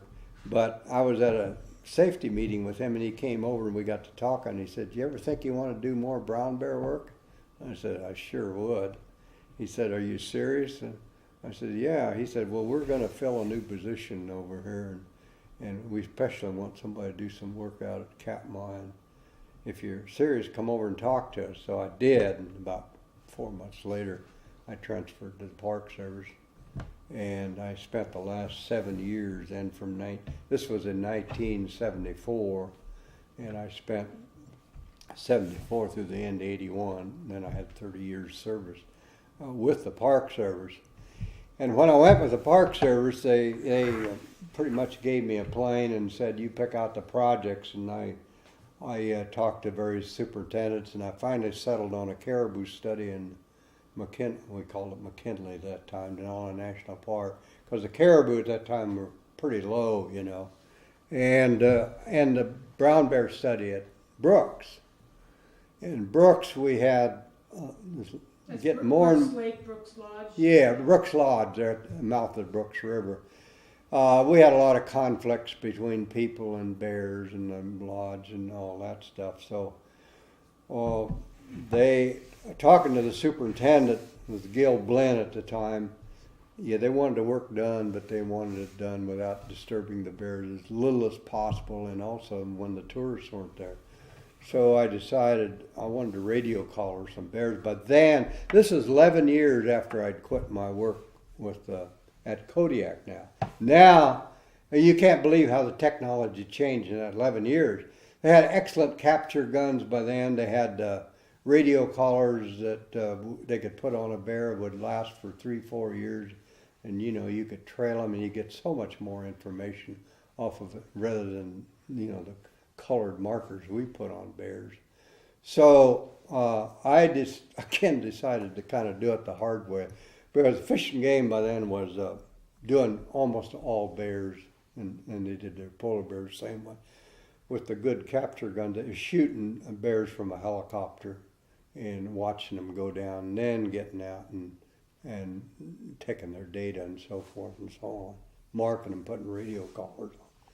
Well, I decided because of the way the Park Service wanted to operate that, again, I guess I did it the hard way again. We had good capture guns, and I would do this late in the fall after they'd close the lodge, which was usually in September, late September. And I would do it with strictly sneaking around with a dart gun and shooting them in the butt with that. We also had much better drugs by then. I used several different types of drugs, but we had drugs that once you darted the bear, he would go down and he would stay down for an hour or two. We didn't have to use a 2-drug system. And we had antidotes. So when we got through working on the bear, we give them this antidote. In a few minutes, they were up and running. Yeah. So all this worked out pretty good. So I didn't really want to mark a lot of bears, but so I went out there in the fall of the year, and I had some help from Fish and Game, and I had a young assistant at Denali that I would take out there with me, and we would try to have maybe 6 or 7 collared bears after, and we'd sneak through the brush and sneak. We had to get within preferably 100 feet or less of a bear. Either shoot him in the shoulder or in the rear leg muscle. And our operation was we'd get up at daylight and we'd look along the lake shore and at brooks, and we'd watch bears feeding. Particularly, I like to capture, put a collar on a female bear that had 2 or 3 cubs, and then if we could mark the ear tag the cubs too, we'd get information from several bears. And so we did this, and I kept collars on quite a few bears, and I got quite a bit of information on bear movements. One thing we unfortunately found out that several of the cubs that were raised around Brooks in the fall of the year, they'd go outside of the park, and several of them got shot in king salmon, you know, and very common. But there again, I was so by myself in the Park Service. I had this caribou study in McKinley. In the spring of the year, in May, I would go in there and I'd follow the migration and try to do work on the calving. And then in July, I would take my little cub and I'd go to Katmai, and I'd spend a month or so when the bears were concentrated on stream, and I flew a lot of aerial stream surveys, because there again at Katmai they didn't really have any idea how many bears they had on the whole park and the distribution. I was trying to get that information. So in addition to collaring these bears in September and October and following them, I was doing again the aerial surveys, and I remember flying repeated surveys and during a 1-day period to get an absolute. you know, you could tell individuals that were using family groups and stuff like that. As I recall, I know I don't remember what I figured our total population was on Katmai, but it was a lot more than they originally thought. It's a pretty good population of bears in the area. And then also the Park Service at that time gained some new parks during this. When Carter finally settled this new conservation areas in 1980, you know, he passed that, Etska and Noka, and set aside, I forgot how many million acres, but one of them was Lake Clark that was set aside. And what I ended up doing for the Park Service, in addition to these two major studies I had going on, I also did a lot of aerial inventories of the big game animals and some raptor studies and things like that to get some basic data, you know, on some of the new areas. But I did quite a bit of work in the additions to Mount McKinley and Katmai, and also Lake Clark. I started working in there a lot, doing sheep surveys. It sounds like being a pilot and a biologist. Oh, it was a great job. It was a great job. One thing my kids were growing up there, and there was times I'd be gone for a whole month, you know, and I'd take my little cub, 3.5-hour flight from Anchorage out to Brooks Lake, and I'd be out there operating for a month or so, and then I'd go into Lake Clark, and I'd work out there for weeks. And then when I first started working at McKinley, there was a guy who had a plane up there, Shaylin Harris, and I rented his. And then later, Park Service got me a plane to use up there. And sometimes when I had the plane up there, I'd take the train up or just drive up, and then I'd be up in the park for sometimes for a month during my busiest time was during the calving season, you know. And the same way at Katmai, my busiest time was when the salmon were on the streams, and in the fall when I was trying to radio collar some bears and so forth. And so your family was in Anchorage? Yeah, they did come out, and LaRue came out a couple times just to visit in Katmai to get out there. But yeah, I remember one year I was in the field 180 some days, you know, and so I was going quite a bit, you know. My wife was good at raising the kids, but that was one thing. It was, you know, I hated to be gone that much, but I loved the field work, you know, and so I really enjoyed it. And I really enjoyed the work at Lake Clark. I had a lot of good friends that lived around, and I'd go out there and stay for a while, and I got to know, I knew Dick Pronicke a long time, and I kept a cache of gas there in his cabin, and I'd often fly out of his cabin doing sheep surveys and moose surveys. And the last year I was there, in cooperation with the Fish Game, we also started a caribou study in Lake Clark, and we radio collared some I forget what we call that herd that wintered in there, and they calved there behind Turquoise Lake. And I had,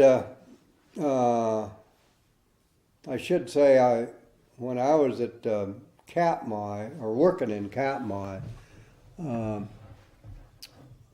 the 2 years before I retired, I had 2 bad accidents, and one of them was there. The fishery crew there and I were going to float the Alachnic River, and I was going to count raptor nests along the river and so forth. And we wanted to do this with 2 rafts, which we had. And talking to these guys, they said they wanted to go down the right-hand fork. Well, the right-hand fork had huge falls in it. I forgot the name of the lakes they come out of. Non-Bionic, I think, is one of them, and I don't remember the other. But then they meet below it, you know. And so 2 of us were going to go out a day early. There was 3 rafts and 6 guys, as I recall. And I was in the first group, the 2 that they wanted to go over the falls, and I had flown over once or twice with my cub, or more. But I had seen that falls, and I never even thought about rafting over it. Well, these guys John Denver apparently had went over this thing and made a movie of it. And they said nothing to it. He went over and did it several times. Well, I don't know what stage the river was when they made it, but finally they said, well, if you don't want to go over it, you can go along and we'll stop and let you out and you can photograph us going up. Well, I thought, that's great. I'll get some real good pictures. So I remember we floated down the river. We went Lower Twin Lakes where we put in there. And we went down and we stopped, spent the night before we got to the falls. And then the next day, the other raft was ahead of us. And when I got so I could hear this fall, all of a sudden I realized there was rock walls straight up and down. And unless there was an opening, when there's no place to get out, and I'd forgot about this from the air. Anyways, we got swept around this last curve, and there was the falls right in front of us, and the other raft was already upside down. And I saw one guy swimming for it. And all I had time to yell with the guy who was with me. I was in the back of the raft, and I said, hang on. And I dropped my oars, and I grabbed the 2 safety ropes on the side, and it was about I recall about a 12-foot fall. Had a big roller at the bottom, and when we hit that roller, it just flipped us. And now, instead of being in the back of the raft, I'm in front of the raft, hanging on, and the water's pretty choppy, big rollers come over the top of me. And I had a life jacket on, but it was one of these inflatable ones, and I missed my grab on that. Had hip boots on, too. Anyways, I began to take on water, and we got swept pretty fast around this curve, and there was a tree sticking out over the bank there, and looked like about 10 feet away. And I figured I could make a grab for it and get out of there, and I let loose of the raft to grab for this, and I missed it. And then I just got rolled out of control down the river, and I was just ready to give up, and I felt my feet hit rocks. And so I managed to kick ashore, and I was just about done in when I pulled ashore. And I actually spit blood for a half hour. I'd taken water in my lungs, Well, the guy was with me. I heard him yell, help. I saw the raft going by me, and he was underneath it. And, of course, there's an air pocket in there. But when he yelled help, as he got over along the shore, and he's afraid he couldn't hold the raft, and he wanted somebody to help him pull it ashore. He's afraid we're going to lose the whole raft. See, we had a couple of days of floating. But anyways, to make a long story short, the other guys all got ashore finally, and they come over and picked me up, and we'd lost everything we had was wet. I had a waterproof bag, but it leaked somehow, and my camera gear was all wet, and we lost 3 oars, I think. We had to whittle out some poles, The other crew that day, they were coming down the other fork, and there was a cabin we were going to meet there. And we finally got down there, and they had a fire going. We were, of course, soaking wet and everything, and we spent the night getting dried out, but we decided to continue our trip, and we spent several more days on the river, but we were really lucky we got out of that, And but that same fall, I was doing, each fall I flew moose surveys in McKinley, to keep track of the calf productivity, population, stuff like that. And I did this in November usually, and I was up there in November and flying moose surveys, and it got too windy one day and I had to quit. And when that evening when I quit flying, there's 2 students from the University of Alaska, I think they were under Dr. Klein here, and they were doing a caribou cratering study, as I recall, on the north side of Denali National Park, and they wanted to be flown out to a lake and then where there was some caribou and spend some time observing it. So Klein had told them that, I'd probably fly them out there, and I agreed to do it, but I said, it's too windy to fly right now. I'll do it the next day if it calms down. And it did calm down a little bit, but it was still blowing, and I got the first guy out, and when I got to Healy, I really run into some turbulent air going through that pass.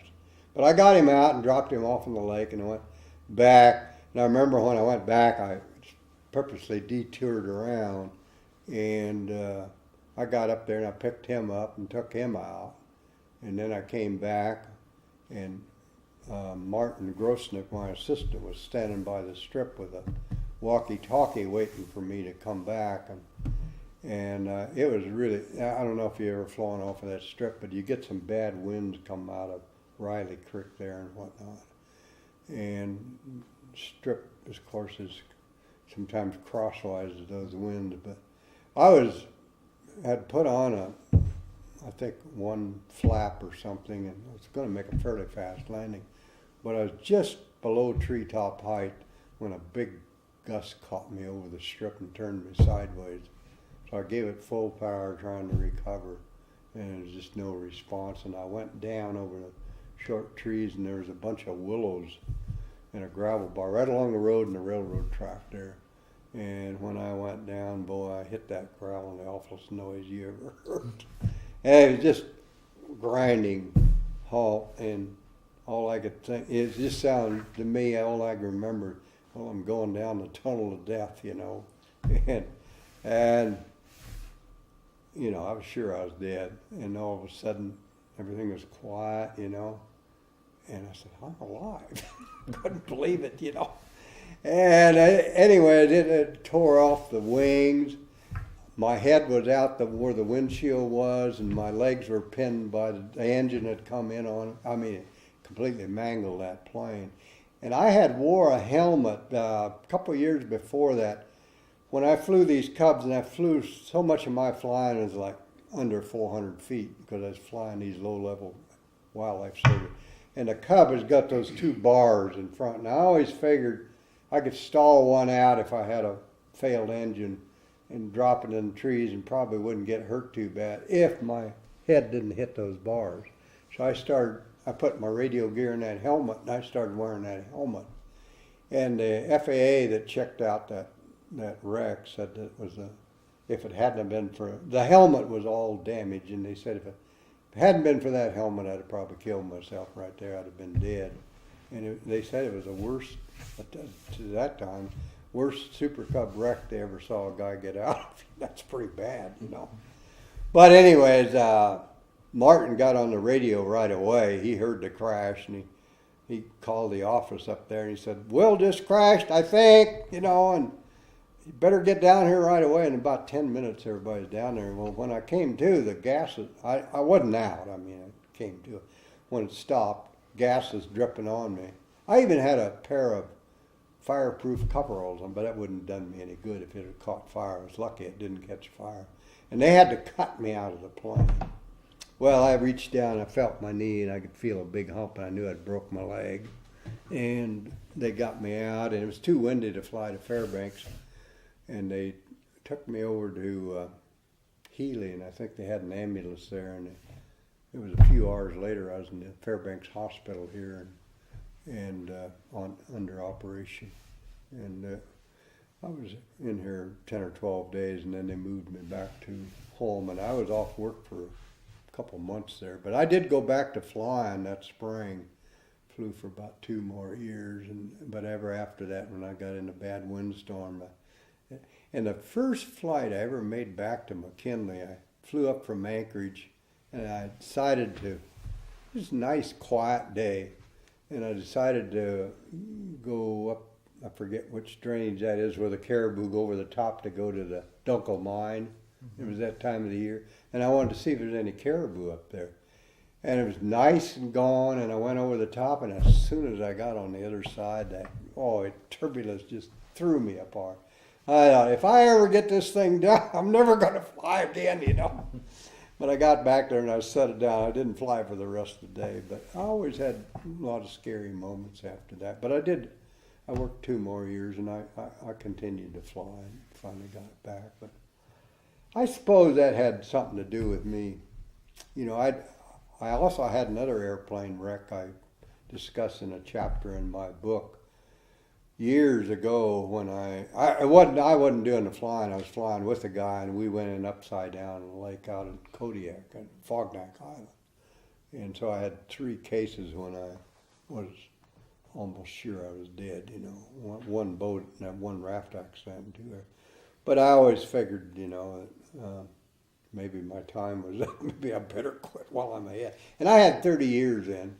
But considering you were lassoing and wrestling giant Yeah. brown bears. Well, you know, I never counted them as being narrow escapes, and even though they probably were, let's face it, they were, you know, and I got run up a lot of trees, but I never counted that. But when I had that raft accident, and one time upside down in an airplane, and another time, those were, you know, real. I had also close shave. I remember flying into a whiteout one time and almost flying into a mountain, you know, making a 180-degree turn, barely getting out of there, stuff like that. But those were the three dramatic moments when I didn't expect to come out of it alive, you know, and did. So, anyways, I had 30 years and I was 57. I really didn't want to quit. I love that Park Service work, like the people out at Lake Clark. And I just started that caribou study. And so I thought about it, but my wife and I had decided, we had bought some land down at Cooper Landing, and we wanted to build a log house. And she had just quit teaching, and she was kind of pushing me, so I told Bob that I was going to retire after January, and I was 57 then. If I had it overdue, I would have worked another 3 years, you know. I was a little too early as far as I was going. I did, after I retired, when the oil spill went on, I went out to Katmai and I worked that oil spill for 2 summers, and then I also, after that, I guided bear photographers out there for 7 summers, you know, so I continued to do some work, but I don't know, if I had it overdue, I would have, because I really enjoyed my work so much that I think at age 57 I wasn't ready to retire. But what was your favorite part about doing wildlife biology? Well, I love to do wildlife surveys and working directly with the wildlife. Somebody asked me here, I gave this slideshow the other day down at Anchorage, and somebody asked me what my highlights was. And I think probably some of my highlights was, I didn't discuss that here tonight, but when I was out on the Samiti Islands, that was one of the biggest bird rookeries I ever been on. And I went by myself and I got up on top and I sat in the middle of thousands, swarms of birds screaming and flying of all kinds. And down below me, the breakers, I described that in the book. And the breakers were breaking and there were some sea lions roaring down there. And it was, you know, a tremendous experience. Another time or two I was up in the Arctic. One time my son and I were up paddling along the Arctic coast, and the caribou it was in about the 1st of July, and the post-calving migration was underway. And I figured there was 40,000 caribou, and we could see them coming just barely, and we ran out, got on a little knoll, and got right in the middle of that 40,000 caribou. Constant clicking of hooves, you know, and little calves suckling, stopping, and going on. And it was, when I get in those mass numbers of wildlife, I think that, especially if there's sound with it too, like the Samiti Islands when I sat on those rocks. But also, one time I remember I was in the Arctic wildlife and I got dropped off in the head of the Colleen River, and someplace up in there. I figured I was pretty sure there's no other human being within 100 miles of them, and that's a pretty good feeling, you know, because I'm a wilderness type person. But it's, you know, being around massive numbers of animals and birds. I spent some time on the Yukon-Kuskokwim Delta during the nesting period. Those shorebirds, western sandpiper, come out of the, you know, as you walk along, they come out just like honeybees coming out of the ground. Oh, and birds calling, you know, and what a sight, you know. But those were some of the most exciting or best times, you know. But I just love to do bear surveys and wildlife surveys, moose surveys, all that. Seeing animals, you know. What do you think's changed the most since you started and kind of wrapped up in cat? Well, as far as Alaska goes, when I came up here in 1951 the first time, there was only about 150,000 people, and I've seen some big changes. I didn't mention that the other night, but I drove up the Alcan in 1948. Drove down to Anchorage. At that time, you couldn't drive the Kenai. And I remember from Edmonton to Anchorage, I only had two miles of paved, and that was at Fort Rich there, But it was I've seen so many big changes in Alaska. And see, when I went to Southeastern, they just started building the Ketchikan pulp mill, so all that area was unlogged. I don't even want to see some of them areas I'm in now. They got roads in. But what about the changes in your profession and wildlife biology? Well, that's changed a lot too. It's so much of it now is technology, and I don't think the guys get to spend near as much time in the field as I did. And it was more hands-on management and stuff like. There are still positions that they do quite a bit of that stuff, but I think part of the fun was working out, being the first one to work on bears, and working out these details. It was kind of frustrating at times, but looking back, that was some most satisfying things that I did, being able to,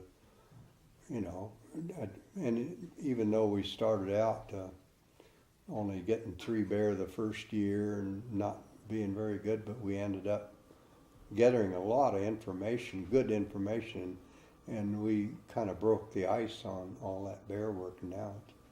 And it was, everything we did was new, and lots of times we got into areas where hardly anybody got to, and that was all, it was really interesting to me. What was some of the new information about bears that you figured out that people hadn't known before?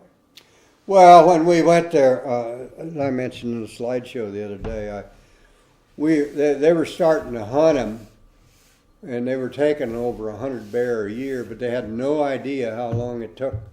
Well, some people estimated, but how long it took to grow a big trophy bear. They had no idea. They might know every few years a sow had cubs, but how many did she have in a lifetime?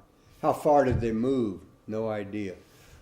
What their growth rates and reproductive data, and it was really only the basics were known when we started on. And why is that information important? Well, if you're managing animal populations, particularly a hunted population like that, you have to know how many you're producing in order to figure out how many you can allow them to take. This is but even in an unhunted population, you need to know the basic biology, to really get. Well, look how much more interesting it is to know something about the life history of a bird rather than just be able to identify it, Like I mentioned the other night, when I had a picture of and I didn't know that bar-tailed godwit on the Yukon-Kuskokwim Delta, and I just read this a couple of years ago, finally. They just recently found out that bar-tailed godwits migrate from the mouth of the Yukon-Kuskokwim non-stop to New Zealand. What a fantastic flight that is, Nobody knew that and stuff. And we now know where a lot of these birds of winter that we didn't know. And just all kinds of things. And then also, you almost have to know a lot of the life history of these animals if you're going to manage them along, especially in the parks with the people and stuff like that, how they react, how that too much people use affects the animals, and there's still a lot we don't know, I'm kind of concerned about sure at Brooks Falls out there now, they don't have a limitation of people. They have up to 200 people have come up there in one day. Well, I think maybe it's all right to do that in one or two places, but I'm kind of worried. In that book I wrote about bears, in the last chapter I talk about some of that stuff, and I feel that we should probably identify all these good areas where people like to concentrate to watch bears, but we have to be careful what we allow there, because there's a lot of, immediately people want to build a lodge there because of that and all that kind of stuff. And I think maybe there ought to be areas, we don't know what effect mass numbers of people walking into the, especially where bears are concentrated to feed, or where they, or breeding grounds and stuff like that, what effect that's having over the old population. And I think we need to have a comprehensive plan where we can decide, where the limitations are. And I think someday we're going to have to limit people. Otherwise, the disturbance is going to be too great. I'm surprised that at Brooks they haven't done that research. Well, they talked about doing, but so long. See, that's the problem. When you don't do something like that, now at McNeil years ago they set a 10 limit. Whether that's correct or not, I don't know. But you could never get away with doing that today. If they hadn't set that up years ago, people have got used to it. But that's what happened at Brooks. They got so many people there. And now you got all those different businesses bringing these people in, and they're having trouble limiting that. And when they built that lodge, it was built by the airlines. And one of the things I found out when I was there is that the lodge is right there at the mouth of the river. And bears naturally cross right through camp, and the camp blocks them. And I recommended, and the Park Service later did too, that they move that lodge over another hill where there wouldn't be as much disturbance. But politically, we haven't been able to do it. I don't know, since Senator Stevens gone, whether we could. He was a good friend of the lodge owners, and they wanted to be right there, which I can understand too. But it is, it started out with a small lodge, and now it's pretty big. And if you were going to start from scratch, you wouldn't put it there. Not if you're thinking about the bears. You could still see them from up on the hill. We had picked out a site and made a recommendation on that, but I don't know if eventually it may be done. I don't know. But there's a lot of things like that. People start concentrating in the areas, and they may affect the wildlife population that isn't good for them. And if we can do studies and get information so we're kind of ahead of that curve, it might be better, What kind of wisdom can you give to wildlife professionals in terms of balancing their family life and being a field biologist, which is what the fun part is, and then being a politician, because it seems like nowadays most biologists tend to be politicians. You do have a lot of political problems, and you're limited at what you can say and so forth and so on. But I got myself into trouble a few times, as everybody has, and that. But I don't know. It depends a little bit on your family, but it is kind of hard when you're out in the field constantly, especially if you got young kids growing up, and sometimes it affects people's, men and wife, and getting along. Some people are more adapted to it than others. And I was able a few times to take my kids on some things that helped too, but I was gone long times, But it's when you take that job, of course you want to be out in the field a lot, and yet you also got an obligation to your family if you got a family and so forth. Well, I guess they'll answer that when they get back. What about that balance between being a politician and being a good biologist? And you did both. I mean, I got myself into trouble a few times and so forth, and I don't know if I should talk about that now, but where I got into trouble, I talk about in this book. I was working with the conservation groups when we were selecting this 80 million acres. Mm-hmm. We had a group down there in Anchorage, and there's a few of us resource people worked under the table quietly on weekends and evenings. I spent a lot of extra time working, and I helped map out a lot of these areas, And unfortunately, one of the things when the Fish and Wildlife first started selecting this area, I'm almost sure that when they started, you know how in the old days of Fish and Wildlife, there's a lot of people in Fish and Wildlife felt we ought to only be managing waterfowl areas. Well, they only wanted to select waterfowl areas, and I think maybe our regional director at that time had made a commitment to Stevens. I don't know, but anyways, I was working with the conservation groups, and I said, now look, we need, you know, I knew something about the bear on the peninsula, and I said, boy, we got some fantastic bear areas out there. We need to set aside some of them. And I proposed this Sheriff bear area and some of the others to the conservation groups. And I thought that would stay, you know, let them carry the ball. Well, unfortunately, Mr. Watson, who was the regional director for Fish and Wildlife, went back to Washington, and we had a assistant secretary of the Interior, Nat Reed. Do you remember him? Well, he was quite outspoken, but he was had been in Florida a lot, and he was a strong conservation guy himself. Well, Gordy Watson went back there, and Nat Reed called him in the office, and he said, "What's going on here?" He said, "The Wayburn of the Sierra Club and so from the Wilderness side said that Will Troyer said that we ought to have a bear refuge, and you haven't proposed it. And Will Troyer said this and that, and oh, gee, and he just raked old Watson over the. Watson came back and he called me in the office, and he was just mad as a hornet. And he wrote me a memo and restricted my travels and said my conservation work is great, but it's not in the best interest, you know. And anyways, I saw the hen rat. That's really what made me decide to go over to the Park Service. I just got, you know, on the wrong side of him then. Because I used to get along with Gordy pretty well up to then, you know.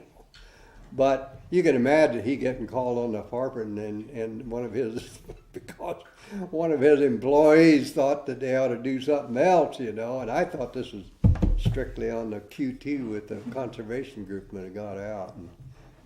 But you know, those areas made it too. You know, we got a Sheriff National.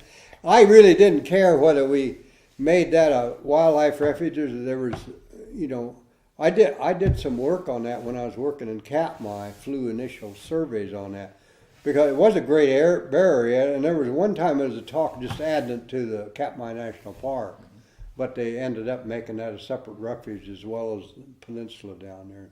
But I had done enough work out there, I knew it was great. And of course, having done bear work, I was, you know, a little bit prone to love bear, and I wanted to see some more set aside, you know. But, you know, we really did a great job managing to set aside all the acreages we did, you know, and the new parks and refuges and whatnot we got. But, you know, we're still going to have problems with it in the future, you know. They made some exceptions, you know, in some of these areas about allowing, you know, snow machine use where they wouldn't in the wilderness and stuff like that. So there's still political things to consider there, and they're going to have problems in the future. You know, a lot of things you can get away with. One of the things that I found out when I came up here, the population was small. And you can have people go out here and when there's only a few and do about anything, it doesn't really disturb the animals that much. When you have 1,000 people out there doing it, and then you start getting a lot of disturbance, you know, and it has effect on the population. But lots of times, by the time you get that 1,000 people out here stomping around in extremely important wildlife areas, by then you've got all the recreational business people involved in it, and it's really hard to make a change politically. And that's why in my bear book I propose that we should really now, before all these people get covered with more and more tours, that we ought to have a good plan, you know, on all these areas of where we're going to allow dense people use and where we're going to limit them, you know, and stuff like that. And it changes constantly, you know, so, you know, I don't know what the answer is, but all we can do is the best we can, you know. But you know, a lot of people. I had a couple of biologists wrote me and said, "Well, you're too concerned about." I think we got plenty of big areas set aside for bears, because I wrote kind of a. I don't know if you read the last chapter in that bear book about, you know, possibilities of problems we may have in the future, you know, and how it may affect bears, and that just because we got bears, lots of bears, not necessarily we're going to have them forever, you know. There's a lot of conflicts between people and bears, and wolves and other animals too, you know. So one of those things, you know. Do you think people in general take wildlife for granted a lot these days? Well, one thing I have seen is a lot of attitude changes in Alaska since I've been up here. I didn't really say anything about that, but for instance, when I came up here, you couldn't hardly find anybody that had anything good to say about a wolf. I remember we had a fish and wildlife pilot, and he told me one day, he said, if I saw a wolf standing out there and I knew it was the last wolf in Alaska, I would shoot it. You know, that's the way he felt about it, you know. Well, we had a predator control branch, was our second biggest branch in Alaska in the early days, and their business was to keep the wolves down, you know, to build up caribou populations. They even did a shoot one winter way up on the North Slope where it really wasn't any, shot over 200 wolves there in a month or two. But, and then I saw it switch the other way, and when the state fish and game and Brooks became commissioner, our predator control branch, he didn't think much of that. They had shot all the wolves in the Nelchina area except for one pack, and they decided not to wipe that one out, and they put the predator control guy, Bob Burkholder, doing a study and following them to see what they'd feed on. He actually wrote a paper on that in the Journal of Wildlife Management. But Brooks more or less shut them down. Well, now the attitude is changing again, and they seem to be, you know, right now there's a lot of people in fish and game want to kill more predators, not only wolves but bears too, because they take moose calves and so forth. So you got this constant predator versus prey, and also people mix in there, and you got, so it's going to flip back and forth some more in the future, but somewhere we got to set some kind of a equal, you know, treat them both equally and have some kind of a system whereby we have plenty of both and so forth. And I don't know what the entire answer is. It varies from area to area, you know. But they did it, and they put strychnine pills in these pieces of fat, and we'd fly out over a lake and they'd throw hundreds of these pellets out on the lake. Theory was that the bears weren't out then, and the wolves would take these, kill the wolves, and then the ice would go out and this would sink. Well, when I was in Wrangell in my early days, a guy by the name of Lee Ellis was an old trapper and a friend of mine, and the territory of Alaska then, Doris Barnes, who was a senator, got a bill through where she got some extra money, you know, to do more predator control work, and with the idea Lee Ellis would get the job, which he did. And I went around with him. I remember one time particularly, he had a lot of coyote getters out. You know what a coyote getter is? Well, it's a little pipe you put in the ground, and you put cyanide, and it's got a trigger mechanism. It's got fat on top. When the animal pulls that, it shoots the cyanide right in their mouth. And it was deadly on wolverine, and I got a picture yet of when we went out. We had 5 dead wolves and 2 dead wolverines that we found on that little trip, you know. But he told me it's really deadly on wolverine. But they had a bounty. She got a bounty through on wolverines. They had a $15 wolverine boundary for a while, and of course we had a bounty on wolves, and we had bounties on. The bald eagle bounty was taken off just before I come up here, but people were still shooting them, you know. And at one time they had bounties on Dolly Varden. Anything competed with man was a predator to a lot of people and should be shot, you know. That's the attitude. Did you hear this a lot about rural versus urban upbringings and the wildlife management? Do you think, you know, having grown up on a farm, that you have a much better connection to wildlife management than most of us today? Yeah, but also, you know, you got this hunting and anti-hunting, and there's a lot of big city people, you know, you know, when we were kids, everybody hunted because it was part of brought on a farm. We'd go out and shoot a couple cottontail rabbits. We didn't have to kill a couple of our chickens. You know, we'd eat those, you know, and squirrels, and we just naturally hunted some and never thought anything of it. But people growing up and you got more and more people that are into other types of recreation, aren't into hunting, and so they turn anti-hunting.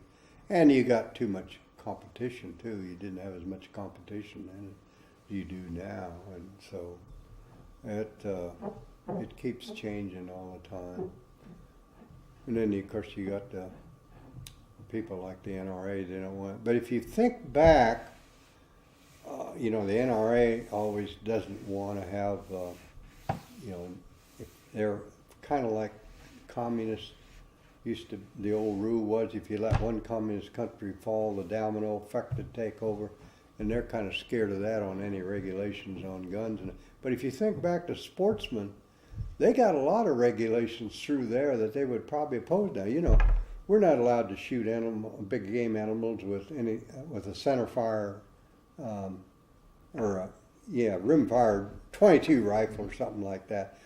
We limit the amount of shotgun shells you can use in a gun, you know, to hunt waterfowl, and we limit the size of the gun, all that kind of stuff, you know. The sportsmen got that through years ago, you know, and now I don't know if you could get that through or not, you know. A lot of people feel if they put one regulation in, then they're going to go all the way, you know. And that's always politics and conservation are kind of difficult to get along sometimes. Well, that brings me to one of my questions, which is you mentioned the Conservation Society, Alaska Conservation Society. Can you talk a little bit more about your role in that organization? Well, you know, it was really run up here in Fairbanks by there's several people that were really active in it. Bob Whedon was one, and Celia Hunter, and Jenny Woods, and there was other people too. But I had joined it in Kodiak, and when I got to Kenai, and even before I got into wilderness, we were talking about setting aside some wilderness areas. Anyways, I was one of the ones that I even wrote the bylaws on setting up conservation chapters of the Conservation Society. And we started one on the Kenai, and I helped set that up. And I was acting president, but I knew I shouldn't be doing that, you know, so I only did it temporarily until I could get somebody else in there. But I was very active because I figured these conservation groups were going to be the backbone of a lot of this stuff. And when I really had strong feelings about I liked the Alaska Conservation Society, but I also felt we needed national help. So one of the first things I did when I took the wilderness position, I started the Sierra Club started an organization up there, and I disagreed with some things the Sierra Club done, but the first thing I started doing was working with the national groups because I knew they had the power. And it was unfortunate that basically the ACS got pushed out of it because we didn't have the money to do it. Audubon came in, and it's all worked out pretty well in the Sierra Club, and there's so many different groups now. But if it wouldn't be for these national conservation groups, why we'd really lose out fast. It kind of counterbalances itself, you know. I mean, I used to think, well, you know, one time I was very, you know, I belonged to the NRA and all that stuff, but I felt they were getting a little bit out of hand, you know. And at the same time, I felt that what was the other organization that they don't believe in killing anything, basically. And I could never quite side with them either, you know. So, but I've always figured one counterbalanced the out, you know. So, but, you know, the National Wildlife Federation, I've always been a member of that, and that, I think they take more of an even approach to. See, I'm an avid hunter, but I'm also an avid birder and conservation.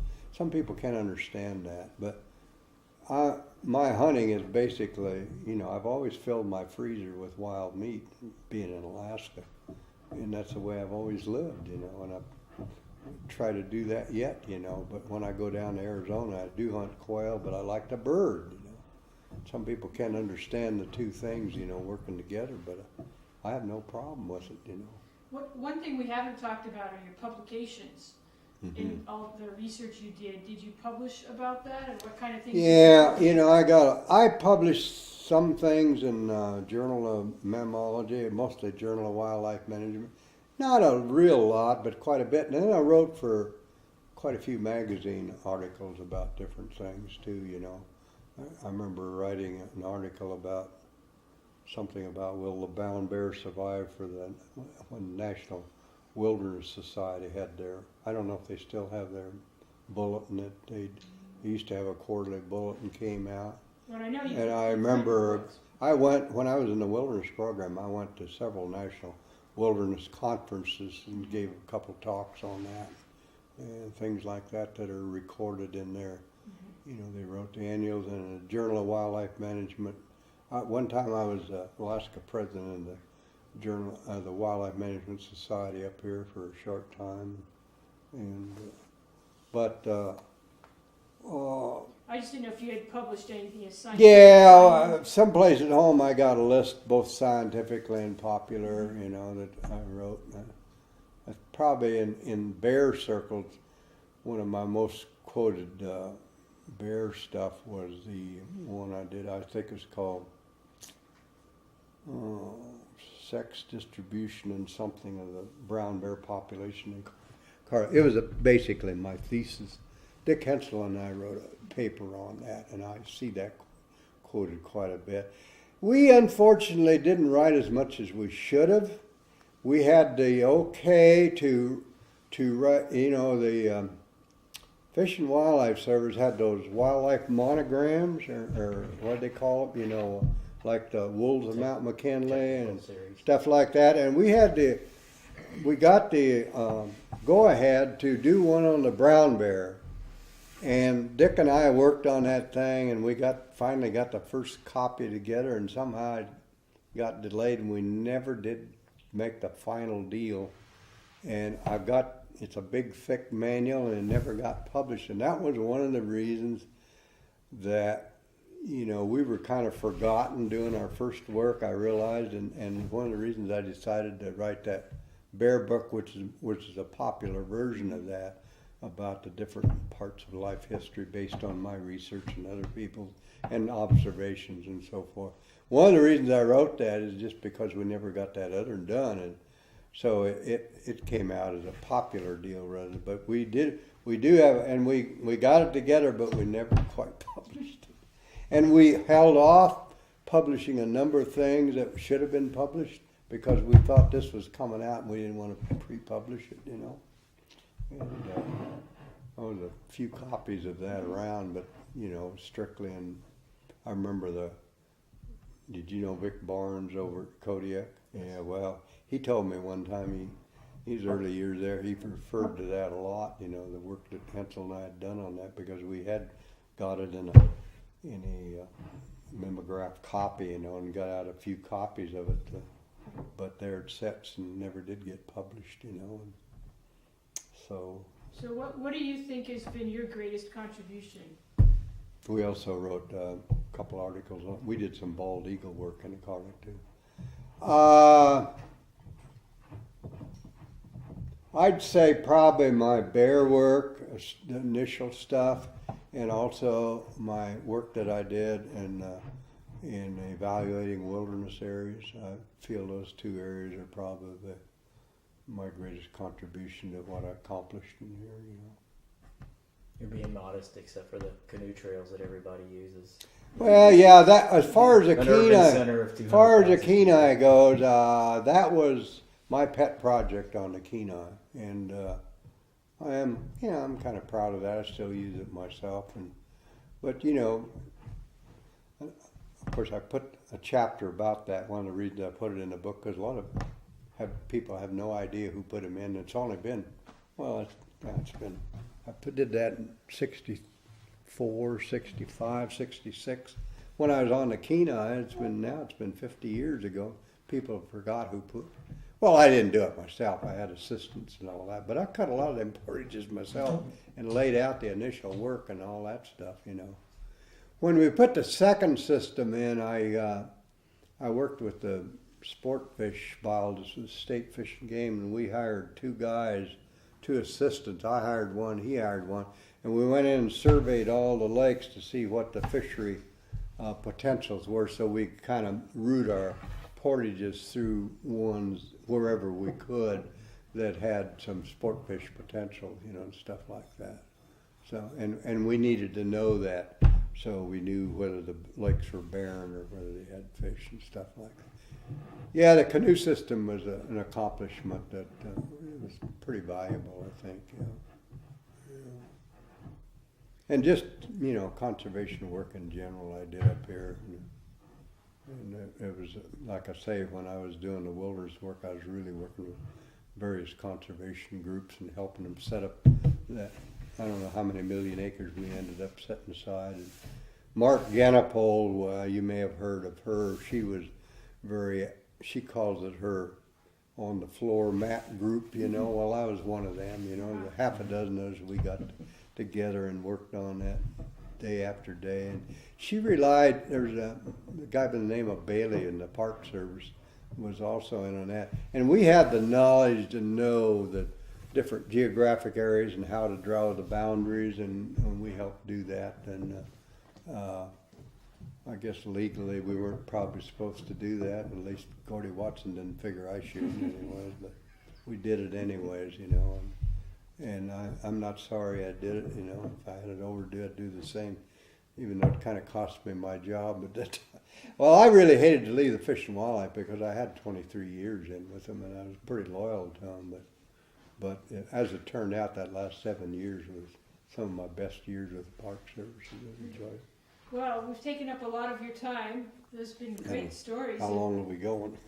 Your family is now returned, so it's perfect time. Oh, they are, yeah. Yeah, unless there's anything else that we haven't asked you that you want to. I'm sure there's things I probably will think back and say, I wish I'd have brought that up, but that's well, unfortunately, you've written some books. Yeah, I've written some books you can go back. Well, right. Two of them based on Alaska. My first book was strictly about my farm life, Right. growing up on a farm. So you're ahead of the game in that you've already. Yeah, the bear book is strictly on brown bear, but this last one is kind of an autobiography of mine, although I didn't cover everything in that either, Covered quite a bit of it.